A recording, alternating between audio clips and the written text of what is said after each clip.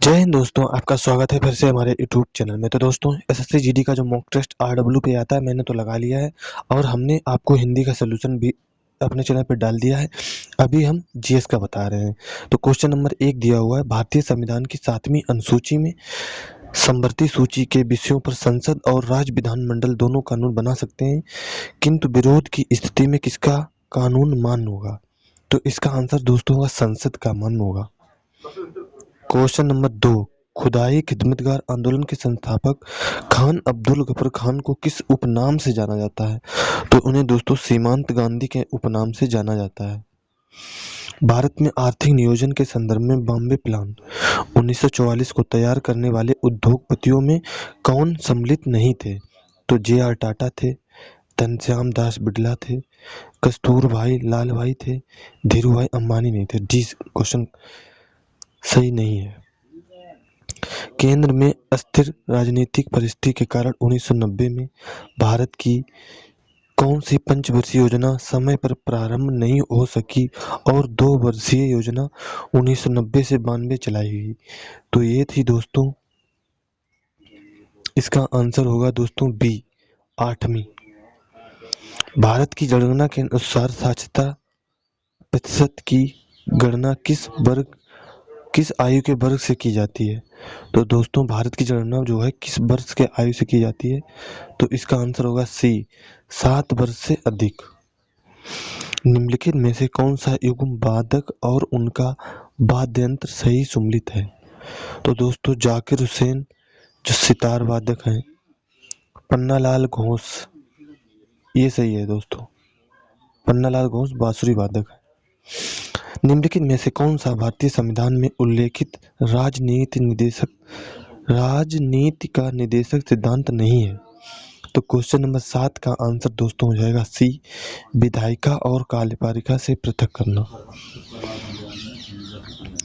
मौर्य वंश का अंतिम शासक कौन था जिसकी हत्या सेनापति पुष्यमित्र शुंग ने की थी? तो यह था दोस्तों बृहदत्त। सी, भरतनाट्यम नृत्य शैली को एकाहार एक ही नर्तक द्वारा प्रस्तुत के रूप में वर्गीकृत किया गया है। इस नृत्य में कुल कितनी प्रमुख मुद्राएं अडबू प्रस्तुत की जाती हैं? तो इसका आंसर दोस्तों होगा ए, 64। क्वेश्चन नंबर 10, प्रति वर्ष 1 से 10 दिसंबर तक किस्मा हेरिटेज विलेज में आयोजित होता है। यह सांस्कृतिक उत्सव किस पूर्वोत्तर राज्य की समस्त प्रमुख जनजातियों की परंपराओं, लोक नृत्यों एवं हस्तशिल्प का एकीकृत प्रदर्शन करता है? तो यह दोस्तों है, इसका आंसर है सी, नागालैंड। वेग वेलोसिटी एक सदिश राशि है, इसका मानक अंतरराष्ट्रीय एसआई मात्रक क्या है? तो इसका एसआई मात्रक दोस्तों हो जाएगा बी, मीटर सेकंड। ब्रह्मपुत्र नदी जो कैलाश पर्वत के समीप चेमाई गुंड हिमनद से उद्गमित होकर तिब्बत के पठार में लगभग 1800 किलोमीटर की प्रवाहित होती है, वहां से इसे स्थानीय नाम से जाना जाता है। इसके अतिरिक्त यह नदी भारत में अरुणाचल प्रदेश के दर्रे से भारत में प्रवेश करती है जहां इसे दियांग या सियांग कहा जाता है।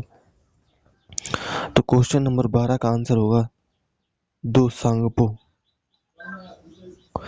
भारत की तृतीय पंचवर्षीय योजना 1961 से 1966 की असफलता का मुख्य कारण क्या था? तो इसका मुख्य कारण था भारत और चीन युद्ध।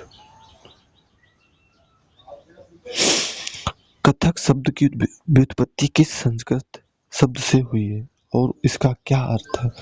तो कथक का दोस्तों अर्थ होता है कथक धातु, कथावाचक, कहानी सुनाने वाला। ये उत्तर प्रदेश का है दोस्तों। बास्केटबॉल के एक दल में कितने खिलाड़ी मैदान पर खेलते हैं? तो दोस्तों खेलते हैं 7। प्रथम एशियाई खेल 1951 में कहाँ आयोजित हुए? भारत ने कितने स्वर्ण पदक जीते? तो दोस्तों इसका आंसर हो जाएगा दिल्ली, 15।